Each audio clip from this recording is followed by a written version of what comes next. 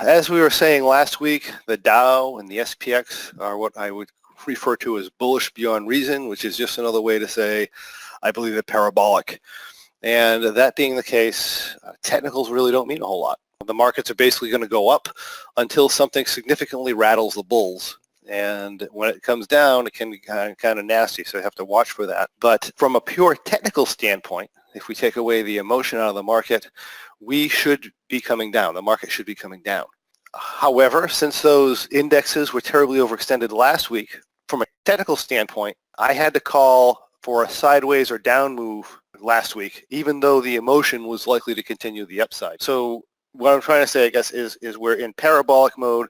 Emotion's carrying the market as far as I can tell, unless there's, again, we talked about possibility of a fundamental change in the market. I don't know that there's this much of a fundamental change to substantiate this kind of parabolic move, but we will see. And we'll see, depending on if the market actually holds these levels or not in the coming months,